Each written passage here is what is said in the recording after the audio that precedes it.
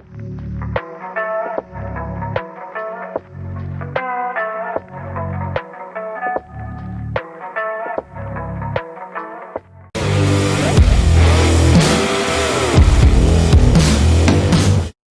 back to CD Baat, guys. It's so good to see you all. In the last episode, Pawan introduced, us again to you guys, and today I have the privilege to be in the recording and to introduce you to us again. Of course, I'm so happy to be back here after 1 year. That was quite some time, but we are happy that we are back again in full throttle with a lot of new ideas and with some amazing guests.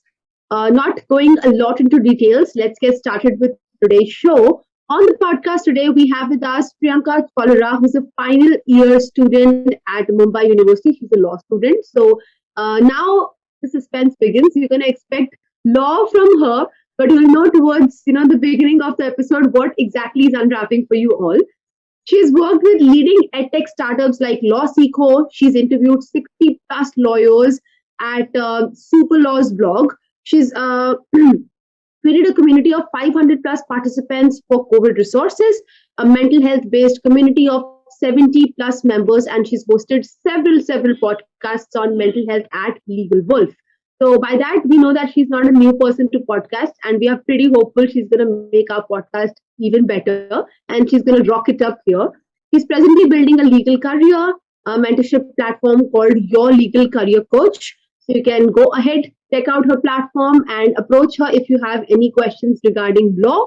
And apart from that, her interest lies in marketing, storytelling, community building, and raising awareness for mental health well-being, which is what she's going to focus on today. And I feel more than law, all of us need advice on mental health, and that's why Priyanka is here to share with us her inputs, her ideas, her stories, and her thoughts on how therapy and talking to people is very important when you're going through a certain phase. Before we start with dumping questions on Priyanka and getting very interesting answers from her, let's also hear from our co-host Pawan and then an opening note from Priyanka to begin with.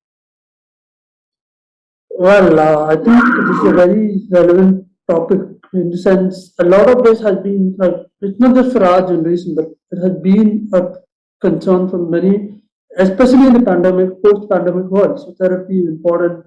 Everybody is out there organizing webinars on therapy, etc. But is it really does that really help, or is it a personal connect which matters? So that's something I'm looking forward to in this session with you, Priyanka. So over to you. Okay, so before we start the session, I would just like to ask you both one question that how are you both feeling today?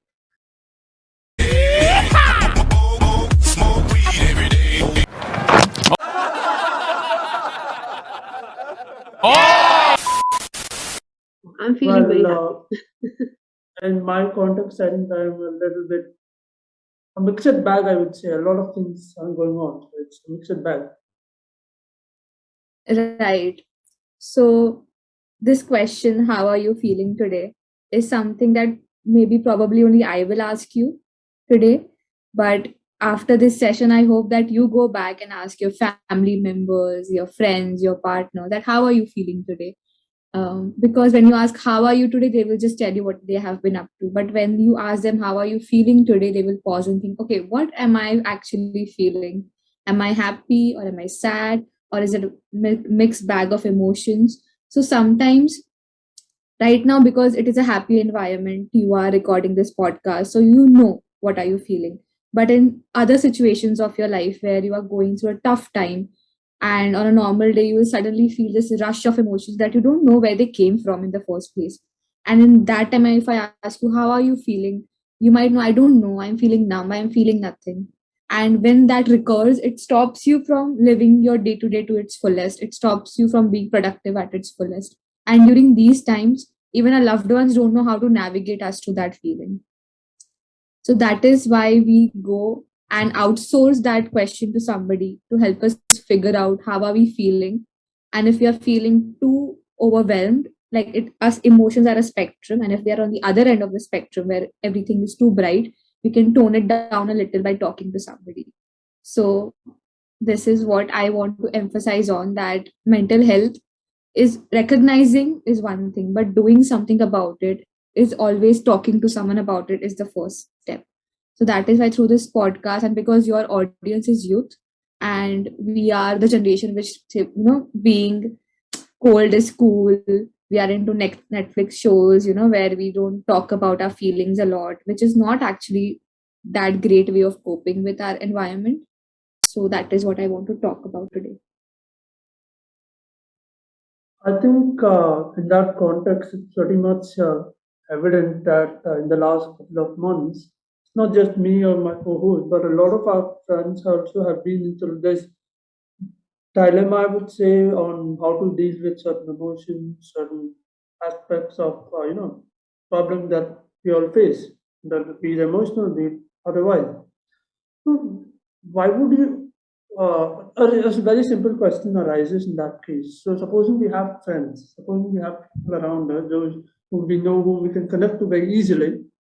But in that case, despite that, why would there be a need for professional help in terms of therapy, and what gives somebody a reason to opt for therapy, and why do you think is essential apart from having a close knit bunch of friends? Mm. Yeah. So this is a question that a lot of people like ask.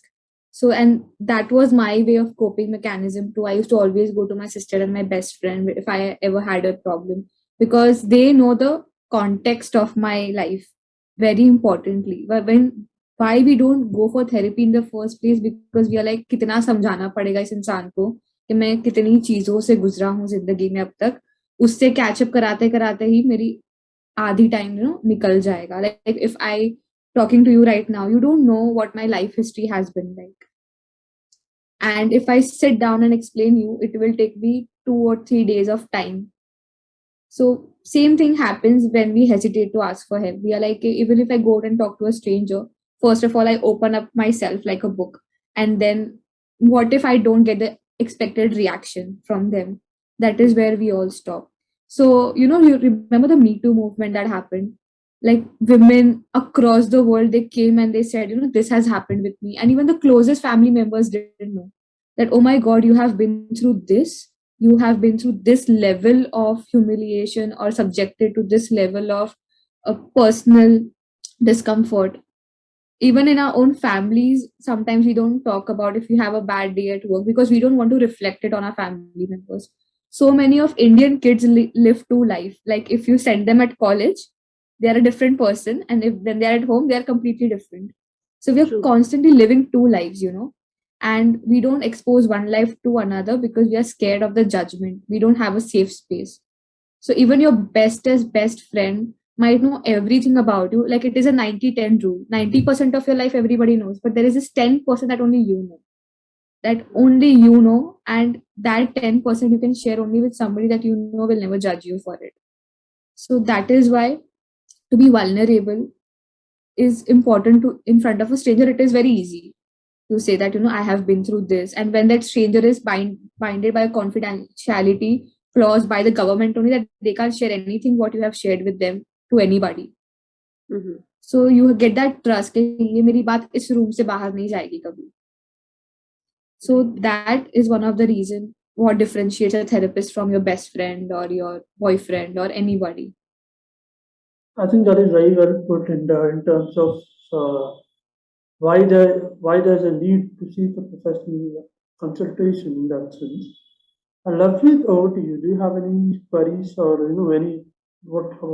any thoughts on this? Do you really think we need anything beyond best friend? I mean, we are of course best friend. Apart from that, what do you think on that? Oh, well, honestly, I am somebody who would advocate mental health as one of the most important things in life. Anything after mental health. In fact, if you're not in a good mood, you're physically fine, you're fit, you know that you're energetic, you're not sick at all.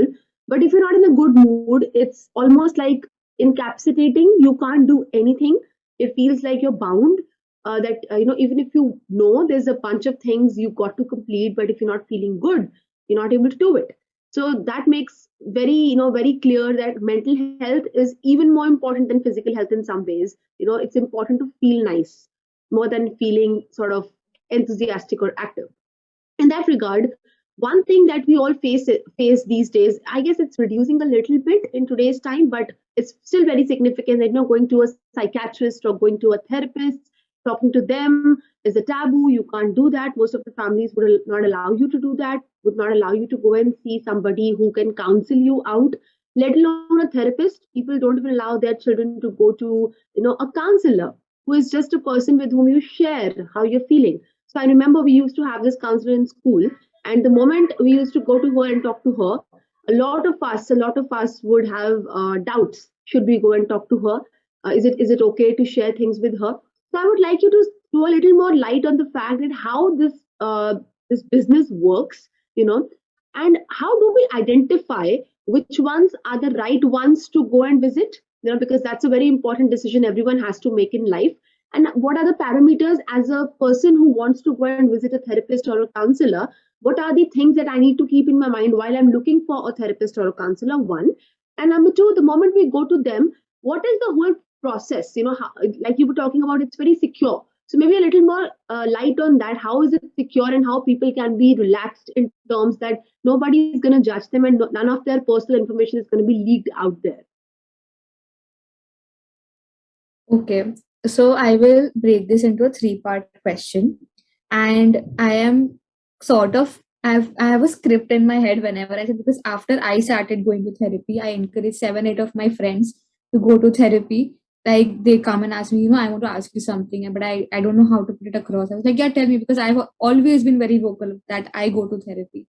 I've always been very vocal about it because I know it is so easy. Like it is the best thing ever happened to me. So why I shouldn't tell everyone about it? So let me start with saying, so like you said, Lovepreet, that when you are not physically well and if you're not mentally well, like those are as serious, like they are very serious things, right? So if you are asking yourself, am I well today? Are you asking your arm or are you asking your mind? Of course, we're asking our mind how we're feeling inside. Right.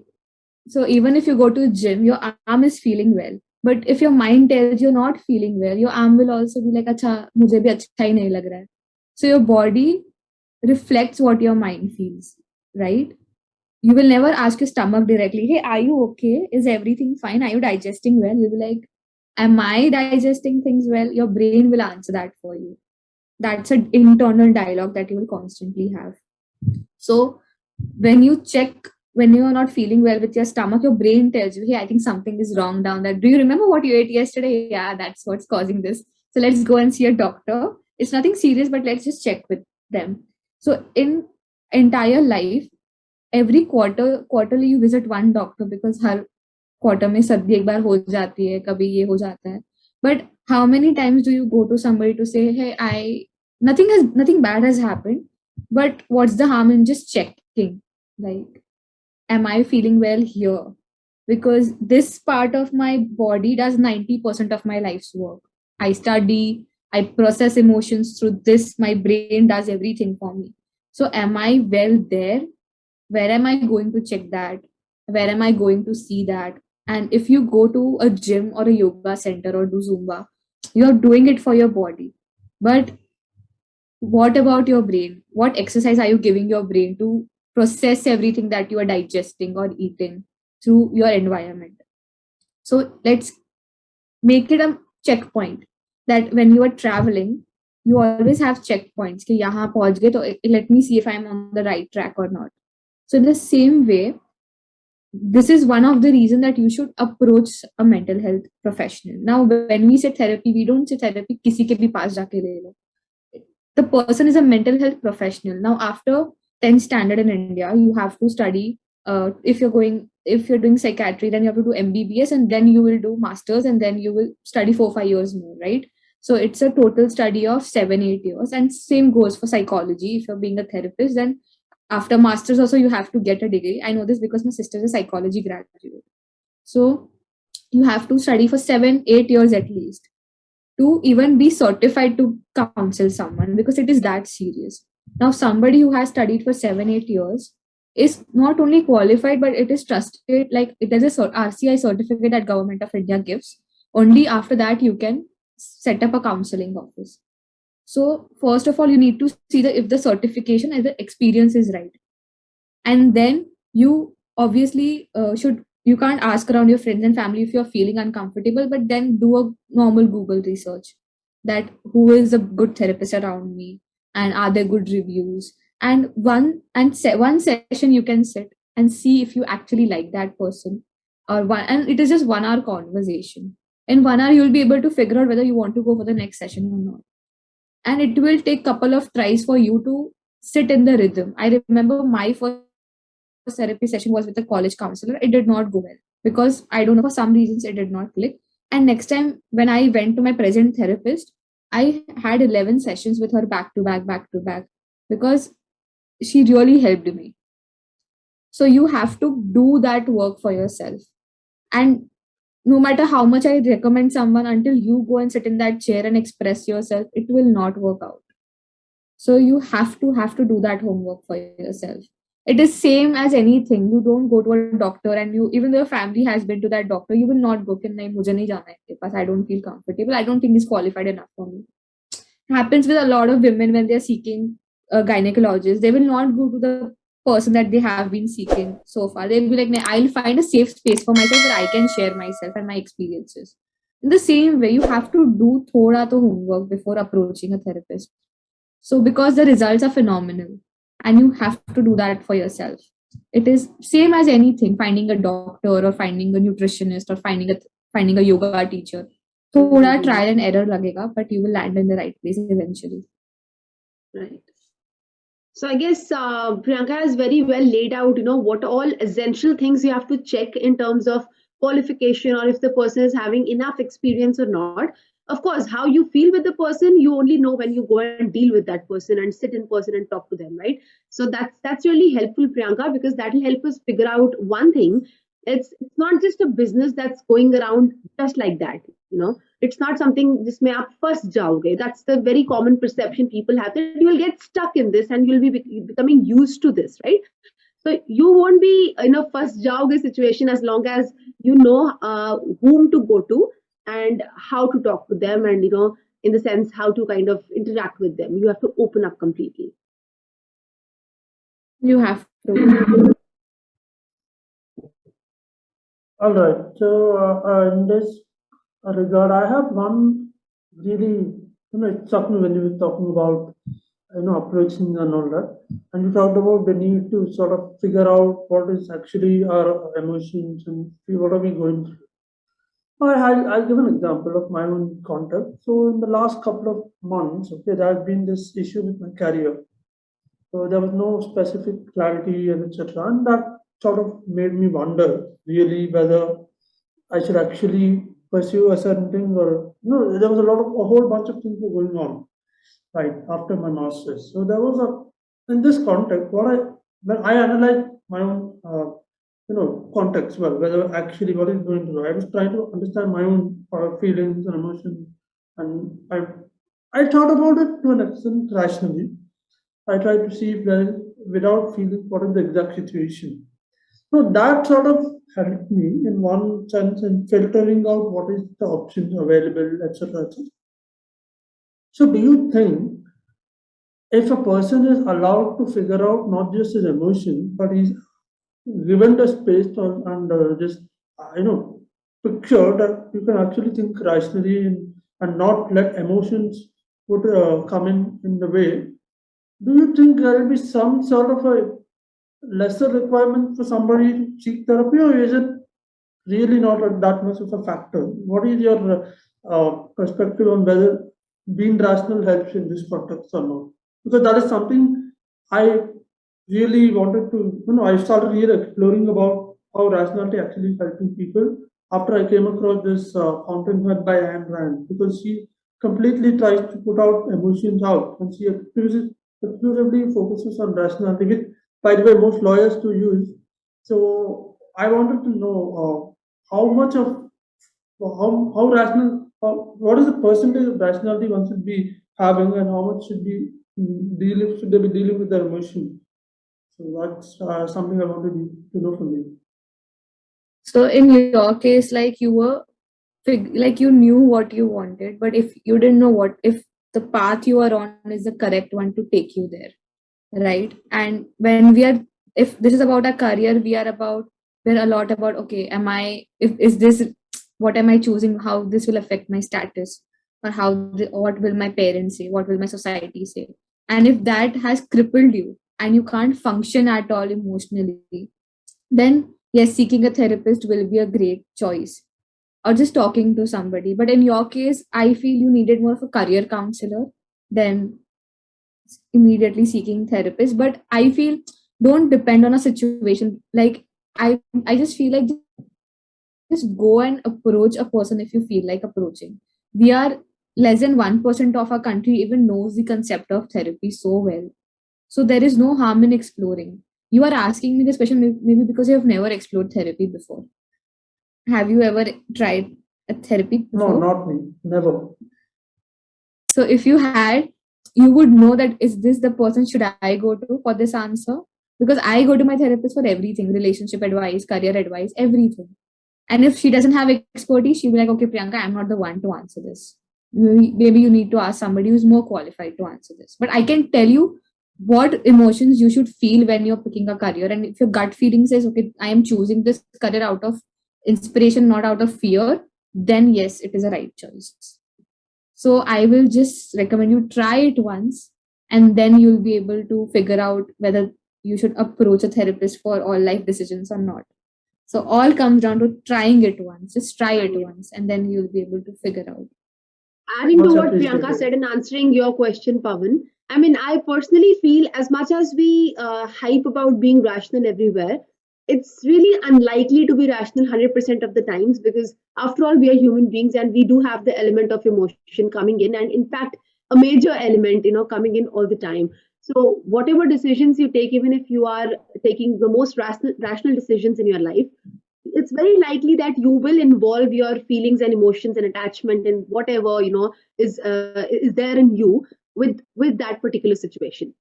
So it's good if you are this very clear enough to be able to take decisions very rationally where it is required. That's great. If you're not, I personally feel, like Priyanka also said, it's always good to talk to people regardless of you're going through an issue or not.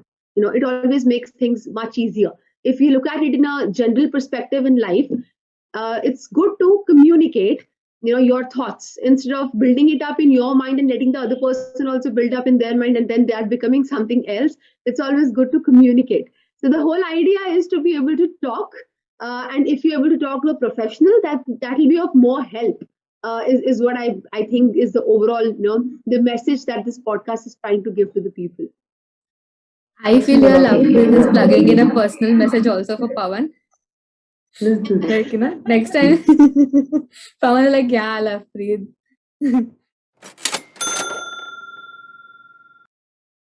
Don't, this is Yeah, not the it's pretty place to much call me out. because she's seen that particular context where I was Yeah, literally ranting out at her about yeah. whatever I was No, it personally really going helps, through. we are like 24/7 exposed to each other. So we kind of understand how the other person works. But I really feel when the more you try to restrict yourself to not express how and what you're feeling, that makes you a very the kind of person that you don't want to be. Sometimes it tends to change your nature completely. So for example, I'm somebody who's very open about thoughts, open about feelings, but then if I'm in a particular situation or relationship where I'm supposed to be quiet despite me wanting to discuss that, in that situation, under that pressure, I'll become a person that I don't really, the tribes I don't really belong to. So I'll start behaving in weird ways, and it'll ooze out of me in different ways, whether it's anger, frustration, getting isolated, getting irritated, and all the things. So rather than converting, transforming your behavior into something negative, it's better to communicate and let that thing out of yourself for once. And if you are able to get good advice on it, I mean practical advice on it, then what is better than that? So in that regard, if this career in general is also hyping a lot, I feel, psychologists and Yeah. therapists, it's hyping a lot. Priyanka, I have one query. So, a friend of mine sometime back, and even you had just pointed out sometime back before this podcast that it's pretty expensive. And is it really expensive? Is therapy really expensive? just because I just wanted to know because one thing is as an economist, I'll try to see what is actually fitting in my budget. But definitely, and anybody does. So if you're earning, you have to try to figure out Right. the budget.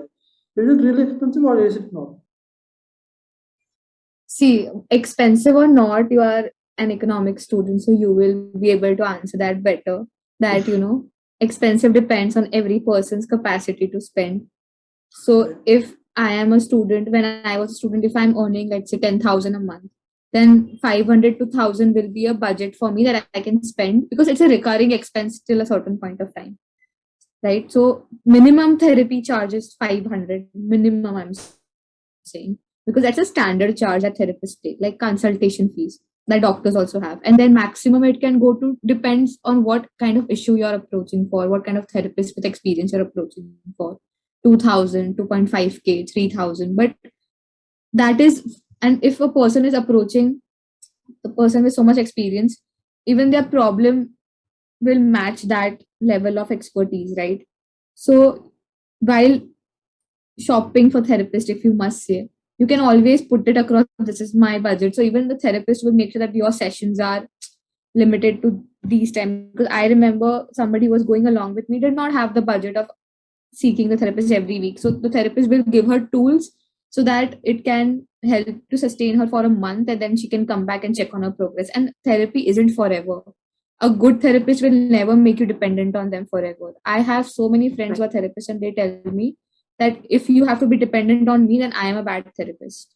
The process is to make you independent, that so that they can give you the tools to identify and solve your problems. Like I told my therapist that now when I'm in a life situation, I think what would my therapist tell me? Like what would you tell me? You are sitting in the background of my mind, and that is when I know that I don't need therapy anymore, because she's already default system in my brain. If I want to go out and I'm very anxious, and I think, okay, what would Vishakha tell me? And I know Vishakha would tell me that take a moment, take a breath, write down what you're feeling, and then realize what you should do. Don't do out of impulse. So they will give you the tools to figure out what you're feeling. And it isn't forever. It will be for 1, 2, 3, 4, 5 months, as long as you feel okay and independent to take charge of your life. So that is what I'm saying. Expensive, yes, it is on the higher end sometimes, but it can always be managed by saving money, by asking from your parents, or saving from your income. It can always be managed. I guess I that think was a that great, solves my great answer. query And as well. Yeah. the best part, of course, was that the better therapist, the one who would not make you dependent on them for further, issues in life. That's really important, Right. and I guess that's what we're taking from here. Any closing note that you would like to give, Priyanka? I am very happy that you guys are doing this, and it is very difficult to maintain something while you are in college or studying. I understand, I relate also. And best of luck, and all of you, please go for one therapy session at least once in your life. Try to do it this year only, and see how different you feel as a person from within. It is a necessity. You should definitely go, and best of luck to all of you. Wow, that was so sweet. Right. And I So guess how are you both the next feeling now? time,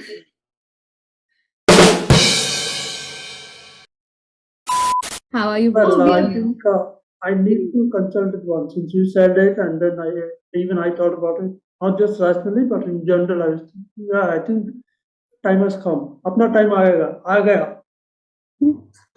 Priyanka, thank you so much. You changed the mind.